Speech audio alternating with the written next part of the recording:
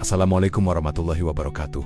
Ceritanya begini, suatu hari yang gak bisa dilacak tanggalnya, saat langit masih jernih dan belum pernah diwarnai asap, bumi masih polos, gak ada manusia, gak ada gedung pencakar langit, gak ada motor, apalagi sinyal wifi. Malaikat saat itu sudah eksis, sibuk banget sesuai tugas masing-masing. Ada yang jaga langit biar gak bocor, ada yang catat amal per detik, ada yang khusus berzikir, ada juga yang standby kayak satpam surgawi. Tapi walaupun kerjaan mereka segudang, suasana saat itu tetap hening, gak ada jejak kaki manusia sama sekali.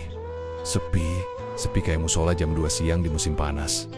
Nah, di tengah keheningan surgawi itulah datang kabar besar dari Allah.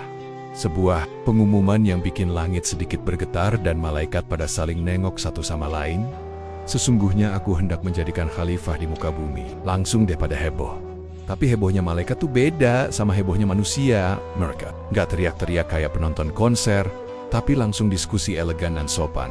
Malaikat dengan penuh rasa ingin tahu, nanya ke Allah, "Ya Rob, engkau ingin menciptakan makhluk yang bakal bikin kerusakan di bumi, yang nanti saling banu-banuhan dan bertumpah darah?" Mereka bukan suuzon loh, cuma pengen tahu aja. Soalnya sebelumnya bumi pernah dihuni oleh bangsa jin, dan ya sejarahnya kurang mulus.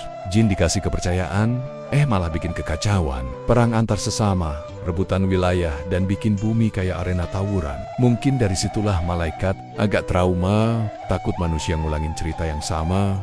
Tapi Allah dengan tegas, lembut, dan penuh rahasia menjawab, "Sesungguhnya aku lebih mengetahui apa yang kalian tidak ketahui." Malaikat pun langsung diam. Bukan karena takut, tapi karena sadar. Iya deh, emang kami nggak tahu segalanya. Karena tugas mereka bukan protes, tapi tunduk dan patuh. Mereka paham, Allah itu maha tahu segalanya. Bahkan tahu isi hati kita sebelum kita sadar isi hati kita sendiri. Setelah itu, Allah memerintahkan para malaikat untuk mengambil tanah dari bumi. Tapi bukan tanah sembarangan. Allah suruh ambil tanah dari berbagai tempat, berbagai warna, berbagai tekstur. Ada tanah hitam dari hutan basah, tanah putih dari dataran tinggi, tanah merah dari gurun, tanah kuning dari pinggiran sungai. Bahkan, konon katanya ada juga tanah dari dekat warung pojok yang sering diinjekin tukang parkir. Intinya, tanah yang diambil itu beragam banget. Dari tanah itulah kemudian Allah mulai membentuk sosok manusia pertama. Perlahan tapi pasti, sebuah bentuk tubuh mulai terbentuk. Gak langsung jadi kayak sulap, tapi dengan kehendak Allah, setiap bagian tubuh dibentuk penuh makna. Kepala, tangan, kaki, dada, hingga detail-detail kecil seperti kuku dan bulu mata. Allah menciptakan manusia bukan asal jadi, tapi dengan desain terbaik. Tinggi Nabi Adam luar biasa 60 hasta, atau sekitar 27-30 meter. Bayangin kalau zaman sekarang beliau hidup, pasti tiap lewat trotoar harus bungkuk biar nggak nyangkut di kabel listrik. Tapi tinggi segitu bukan buat gaya-gayaan, tapi simbol bahwa manusia awal diciptakan dengan kemuliaan luar biasa. Gak cuma tinggi badan, tapi tinggi derajat. Saat tubuh itu selesai dibentuk, Allah meniupkan ruh ke dalamnya. Proses ini pun penuh keajaiban. Saat ruh masuk ke kepala, Adam mulai membuka matanya, melihat sekitar dengan pandangan pertama yang langsung disambut sinar surgawi. Ketika ruh mencapai tenggorokan, Adam pun bersin. Langsung Allah mengajarkan padanya, "Katakan Alhamdulillah." Adam pun berkata, "Alhamdulillah." Dan Allah pun menjawab, "Yarhamukallah, rahmat Allah untukmu." Saat terus sampai ke bagian perut, Adam langsung merasa lapar. Nah ini nih, sifat manusia mulai muncul. Lapar, tapi makanan belum dikasih. Allah ingin ajari bahwa manusia butuh waktu, proses, dan kesabaran.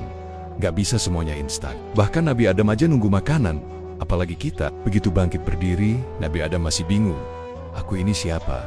Ini tempat apa? Dan kenapa tubuhku tinggi banget? Kalau jatuh, bisa bikin gempa kali ya. Tapi Allah nggak biarin Adam bingung sendirian. Allah pun mulai mengajarinya nama-nama benda. Itu namanya langit. Ini air, itu pohon. Ini angin. Dan itu, nanti aja. Yang itu belum waktunya dikenalin. Allah ngajarin dengan penuh cinta. Nabi Adam pun dengan cepat memahami nama-nama segala sesuatu. Malaikat yang lihat itu langsung terkagum. Mereka sampai bilang, "Subhanallah. Manusia ini tahu hal-hal yang kami aja nggak tahu." Di situ Allah menunjukkan kelebihan manusia. Ilmu, bukan kekuatan fisik, bukan kecepatan lari, bukan suara merdu, tapi akal dan ilmu. Itulah kenapa Allah angkat manusia jadi khalifah. Karena manusia punya potensi besar untuk belajar, berpikir, dan memimpin. Namun, di balik semua momen penuh keajaiban ini, ada satu makhluk yang mendadak ngambek. Namanya iblis. Dia bukan jin biasa. Dia dulunya ahli ibadah. Saking rajinnya, dia pernah naik derajat sampai bisa berkumpul sama malaikat. Tapi ternyata, hati yang sombong gak bisa disembunyikan. Saat Allah perintahkan seluruh makhluk untuk sujud kepada Adam, sebagai bentuk penghormatan. Bukan penyembahan ya, semua malaikat sujud. Gak ada yang protes. Tapi iblis langsung pasang tampang jutek dan nyebutin alasan yang, ya kalau manusia sekarang bilang, klise banget, aku lebih baik dari dia. Aku diciptakan dari api, sedang dia dari tanah. Pia, lebih keren dong. Kata siapa api lebih keren? Tanah tuh adem, bisa nanam sayur, bisa dijadikan rumah. Coba api, dikit-dikit kebakaran. Tapi ya, begitulah iblis, sombong dan bandel. Allah langsung tegur, kenapa kamu gak sujud? Iblis tetap keras kepala, gak mau. Aku gak level sujud sama makhluk dari tanah. Akhirnya, Allah murka. Kala begitu, keluarlah dari surga, kamu termasuk yang terkutuk. Iblis pun terusir, tapi dia nggak menyerah begitu aja. Sebelum pergi, dia ngeluarin ancaman, ya Allah, kalau engkau beri aku waktu sampai hari kiamat, aku akan sesatkan anak cucu Adam. Semuanya, dari kanan, dari kiri, dari depan, dari belakang. Aku bakal godain terus sampai mereka lupa samamu. Kilep. Yah, dendam banget. Padahal cuma disuruh sujud hormat, bukan sujud ibadah. Tapi karena kesombongan, iblis rela musuhin manusia sampai kiamat.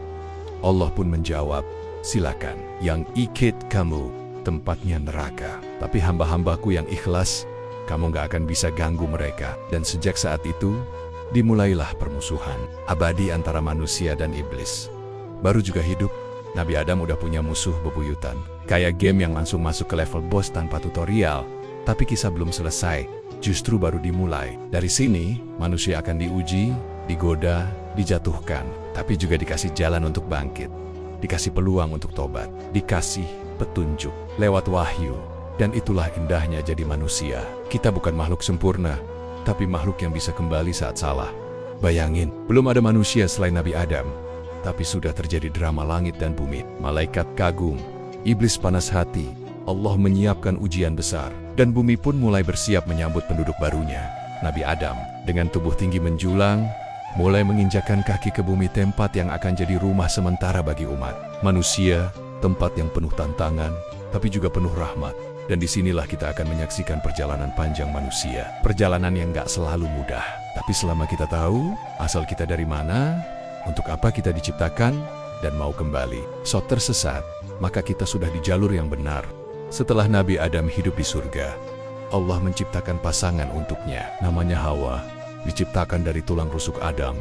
Bukan dari kepala agar tak mendominasi. Bukan dari kaki agar tak diinjak-injak. Tapi dari tulang rusuk yang letaknya di sisi dekat dengan hati. Supaya jadi teman hidup, bukan teman debat. Supaya saling jaga, bukan saling curiga. Supaya bisa saling sayang, bukan saling mendominasi. Itulah hikmah yang halus, tapi dalam dari cara Allah menciptakan Hawa. Bukan asal ambil bahan, tapi penuh makna. Begitu Adam membuka matanya dan melihat sosok Hawa di sampingnya, ekspresinya pasti campur aduk antara kaget, penasaran, dan ya, kagum. Gimana enggak? Tiba-tiba ada sosok lain yang serupa dirinya, tapi beda. Lebih lembut, lebih anggun, lebih kalem. Adam pun spontan bertanya, kamu siapa? Dengen tenong? Hawa menjawab, aku istrimu. Adam bengong. Istri, itu apa? Hawa hanya tersenyum. Tenang aja, nanti kamu ngerti sendiri. Kita mulai dari nyuci piring dulu deh. Tentu itu hanya candaan di zaman sekarang. Tapi intinya, sejak awal keduanya diciptakan untuk saling melengkapi. Adam dan Hawa hidup di surga dengan penuh ketenangan. Gak ada tagihan listrik, gak ada macet, gak ada tekanan kerja, dan yang pasti gak ada drama sosial media. Mereka bisa menikmati buah-buahan segar langsung dari pohonnya, minum dari sanggai-sanggai yang jernih, dan tinggal di tempat sejuk yang bahkan AC pun kalah nyaman. Pokoknya, paket komplit surga, hidup ideal banget. Namun, di balik semua kenikmatan itu Allah memberi satu peringatan. Jangan dekati pohon itu. Hanya satu pohon, gak disebut pohonnya seperti apa, besar atau kecil, tinggi atau sedang, buahnya, warna apa, manis atau asam. Intinya, jangan didekati, bukan cuma dilarang makan, tapi bahkan didekati pun jangan. Allah tegas, larangan itu seperti tanda pagar besar di tengah-tengah taman surga. Dan seperti biasa, manusia itu memang unik. Kalau dilarang, justru penasaran. Yang boleh semua banyak. Tapi yang satu ini, kenapa nggak boleh ya? Logikanya nggak main. tapi rasa ingin tahunya jalan terus. Dari sini kita bisa ngerti bahwa manusia memang punya rasa penasaran, dan itu bukan hal buruk. Tapi ketika rasa penasaran itu nggak diimbangi dengan taat, disitulah masalah muncul.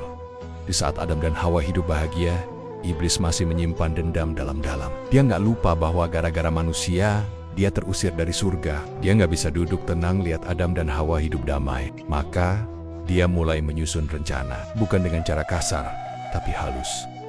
Iblis nggak datang sebagai monster menyeramkan. Dia datang dengan kata-kata yang manis, gaya bicara yang meyakinkan. Layaknya sales property yang menawarkan unit eksklusif di surga dengan harga promo akhir zaman. Adam, Hawa, kalian tahu nggak? Ada satu pohon di sini yang bisa bikin kalian hidup abadi. Adam melirik. Yang mana? Yaitu, yang dilarang itu. Sebenarnya itu pohon keabadian. Kalau kalian makan, kalian gak bakal tua, gak bakal mati. Bisa hidup selamanya, kayak malaikat. Adam diam. Hawa juga sama. Coba pikir, bukankah kalian pengen tinggal di sini terus? Nikmat kayak gini, masa mau diambil? Godaan demi godaan dilontarkan, sedikit demi sedikit, masuk ke dalam pikiran.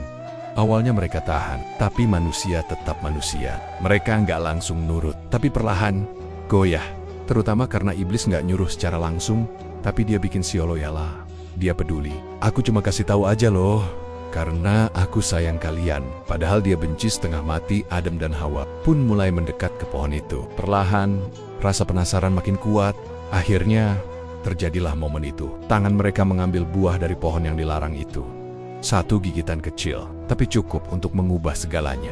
Begitu rasa buah itu masuk ke dalam mulut, aura surga langsung berubah. Bukan karena buahnya beracun, tapi karena mereka melanggar. Dan saat itu, keduanya langsung sadar. Kita telanjang, kepanikan menyeruak, mereka langsung ambil daun-daun surga untuk menutupi diri. Tapi lucunya, daun-daun itu kayak ngerti situasi. Begitu didekati malah jatuh satu-satu, kayak malu-malu gitu. Akhirnya mereka lari. Bersembunyi di balik pohon, menunduk, gak berani menatap. Allah pun memanggil mereka. Bukankah aku telah melarang kalian dari pohon itu? Bukankah aku sudah ingatkan bahwa iblis itu musuh yang nyata? Suara Allah bukan seperti bentakan manusia, tapi cukup untuk membuat langit dan bumi bergetar. Adam dan Hawa gak bisa bicara, gak bisa nyalahin siapa-siapa, gak ada yang saling tunjuk, gak ada yang bilang, dia yang duluan. Mereka hanya sujud dan menangis. Ya Allah, kami telah menzalimi diri kami sendiri. Jika Engkau tidak mengampuni kami termasuk orang yang rugi. Inilah momen tobat pertama dalam sejarah manusia. Tangisan pertama bukan karena kehilangan dunia, tapi karena kehilangan ridha Allah. Dan itulah yang membuat Allah Maha Pengampun membuka pintunya. Adam dan Hawa tidak dikutuk, tidak dibenci tapi diampuni. Karena mereka jujur, karena mereka tulus, karena mereka mengakui salah tanpa alasan. Namun, sebagai bagian dari proses kehidupan, mereka tetap harus turun ke bumi. Bukan sebagai hukuman, tapi sebagai tanggung jawab. Bumi bukan neraka, tapi bumi adalah tempat pembuktian, tempat belajar, berjuang, dan meraih ridha Allah dengan pilihan yang ada. Maka turunlah mereka ke bumi. Adam ke satu tempat, Hawa ke tempat lain. Mereka sailing, mencari, saling memanggil, berjalan di bumi yang asing, yang dingin, yang gak semewah surga. Mereka tahu bahwa kehidupan baru saja dimulai. Di bumi inilah akan ada keturunan, akan ada ujian, akan ada air mata, tapi juga akan ada cahaya. Kejadian di surga bukan dongeng. Itu refleksi nyata bahwa manusia sejak awal sudah diuji, diberi kebebasan, tapi juga tanggung jawab. Dan dari kisah ini, kita belajar banyak. Pertama, jangan pernah remehkan larangan Allah sekecil apapun. Ada rahasia besar di baliknya. Kedua, jangan gampang percaya dengan kata-kata manis yang datang dari mereka yang jelas-jelas memusuhi kita. Iblis nggak selalu datang dengan bentuk seram. Kadang datang lewat bisikan, pikiran, godaan yang lembut tapi menyesatkan. Ketiga, kalau salah, jangan nyalahin orang lain. Akui dan kembalilah pada Allah. Karena Allah itu Maha Penerima Tobat. Selama kita ikhlas dan gak ngelak. Bayangkan, Nabi Adam manusia pertama langsung mengalami kesalahan dan tobat. Berarti kita pun sebagai anak cucunya pasti akan punya momen jatuh. Tapi jangan lupa, kita juga dikasih kemampuan untuk bangkit. Disinilah dari sebuah pohon terlarang, sejarah manusia dimulai. Dari satu gigitan, kita belajar bahwa dunia ini bukan tempat istirahat, tapi tempat ujian. Dari satu air mata Nabi Adam, kita tahu bahwa menangis karena Allah itu bukan kelemahan. Dukek itu bukti bahwa hati kita masih hidup. Dan hari ini, kita yang hidup di bumi, bukan sekadar numpang lewat. Kita sedang melanjutkan perjuangan yang dimulai dari surga. Menjalani pilihan demi pilihan, dengan musuh lama yang masih berkeliaran, iblis dan keturunannya. Tapi kita juga punya Allah, punya akal, punya iman, dan punya harapan. Maka jangan sombong kalau kita sedang di atas. Adam aja pernah di surga, tapi bisa turun karena satu kesalahan. Dan jangan putus asa kalau kita merasa di bawah.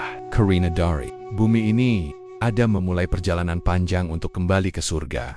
Begitu diturunkan ke bumi, suasananya jauh berbeda dengan surga. Udara di bumi nggak selembut angin surga. Tanahnya keras, cuacanya berubah, kadang hujan, kadang panas menyengat, dan suara kicauan burungnya pun gak seindah nyanyian malaikat. Adam dan Hawa, dua manusia pertama di dunia, kini harus menghadapi kenyataan bahwa hidup di bumi bukan seperti liburan. Dan lebih berat lagi, mereka gak langsung bareng.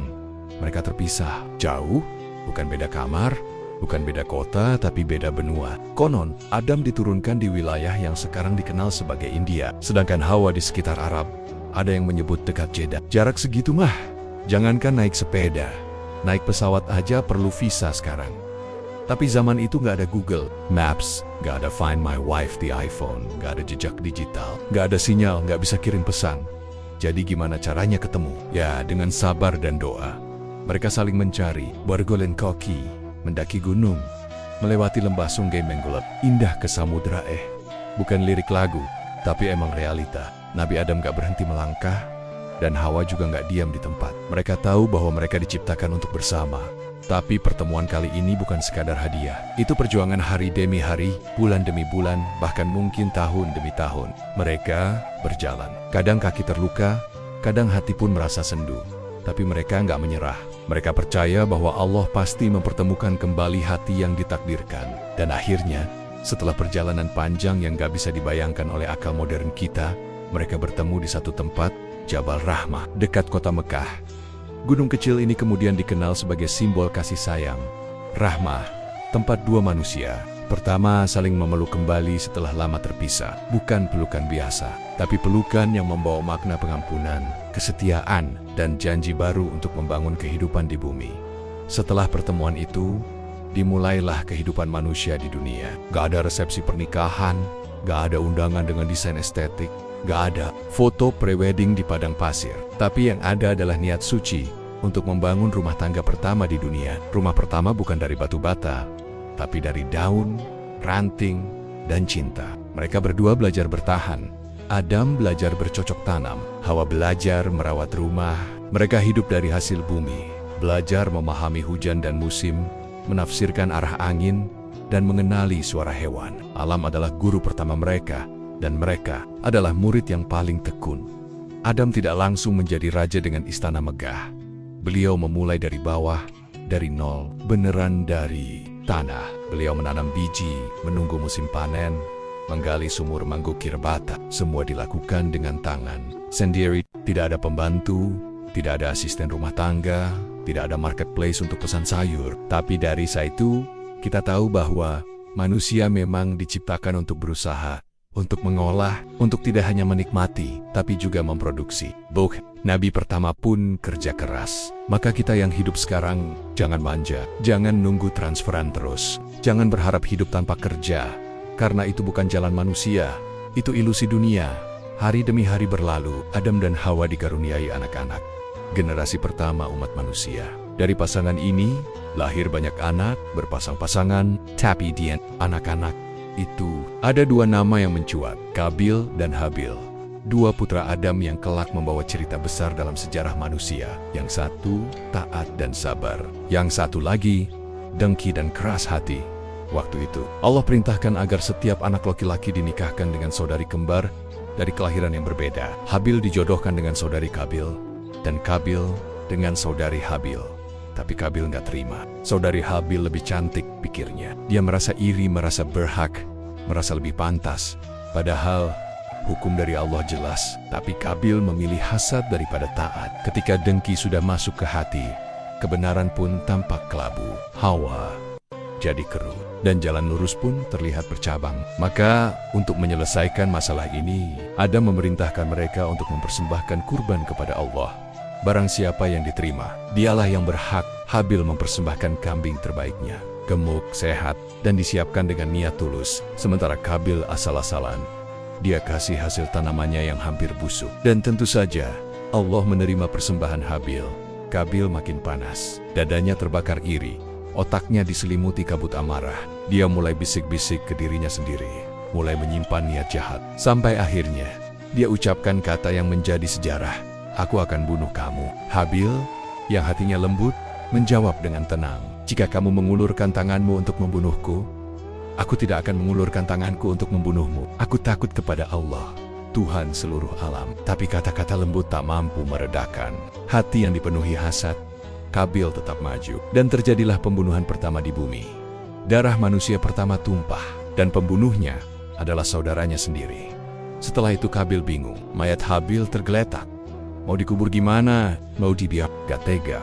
Allah pun kirimkan seekor burung gagak. Dua gagak bertarung, satu mati. Yang hidup menggali tanah dengan paruhnya, lalu menutup tubuh saudaranya yang mati. Kabil melihat, mengamati, dan akhirnya sadar, "Wah, aku ini manusia, tapi malah diajarin sama burung." Bahkan pembunuhan pertama pun diiringi pelajaran bahwa manusia bisa jatuh ke titik terendah, tapi Allah tetap kasih petunjuk lewat cara yang tak terduga. Dari tragedi ini, Nabi Adam sangat sedih, hatinya hancur, tubuhnya lemas. Beliau menangis berhari-hari, tapi beliau tetap sabar. Beliau gak menyalahkan takdir, gak menyalahkan Allah, karena beliau tahu manusia memang akan diuji. Bukan diuji untuk disiksa, tapi untuk naik derajat. Karena bumi ini bukan taman bermain, tapi tempat ujian sebelum kembali ke surga. Dari semua ujian yang dialami Nabi Adam, dari diturunkan ke bumi, kehilangan putranya, menyaksikan permusuhan antar saudara, beliau tetap mulia di sisi Allah. Kenapa? Karena walau jatuh, beliau bangkit. Walau tergoda, beliau bertobat.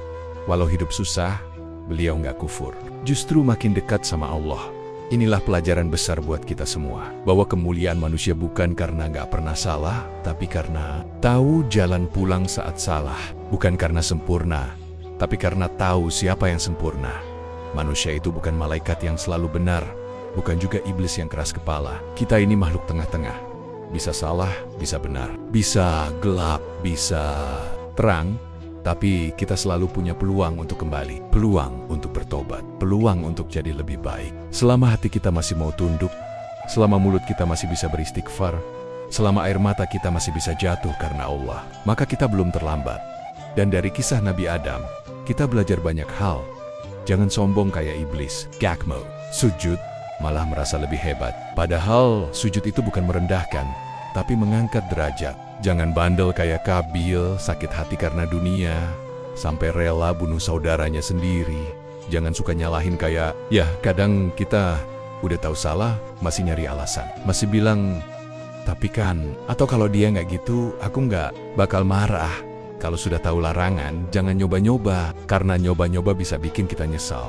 Nggak lucu kalau udah jatuh, baru bilang, ya Allah, aku lupa. Padahal sebelumnya udah jelas peringatannya. Tapi tenang, kita punya Allah yang Maha Pengampun, Maha Penyayang. Selama kita mau kembali, Allah bukakan pintu. Pintu taubat itu nggak pernah ditutup, kecuali kalau kita sendiri yang milih nggak mau masuk. Allah itu bukan Tuhan yang cari kesalahan hambanya, tapi Allah itu Tuhan yang selalu siap menerima kembali hamba-Nya yang mau pulang. Maka jadilah manusia seperti Nabi Adam, yang meskipun pernah tergelincir tapi tidak tinggal dalam dosa, yang meskipun pernah jatuh tapi tidak menyerah, yang meskipun hidup susah, tapi tetap jaga iman, dan yang meskipun gak lagi di surga, tapi hidupnya tetap penuh harapan untuk kembali ke sana. Entah kisah ini kita pahami sebagai sejarah nyata atau simbol tapi satu hal yang jelas, kita bukan makhluk rendahan. Kita diciptakan dengan kehormatan, diuji dengan tanggung jawab, dan dijanjikan pahala besar jika lulus dari ujian ini. Jadi, mari kita lanjutkan perjuangan ini. Perjuangan yang dimulai dari seorang manusia pertama bernama Adam, yang dengan izin Allah, kini telah menjadi bapak seluruh manusia. Dan semoga kita semua bisa bertemu beliau lagi di tempat yang dulu pernah beliau tempati surga. Wassalamualaikum warahmatullahi wabarakatuh.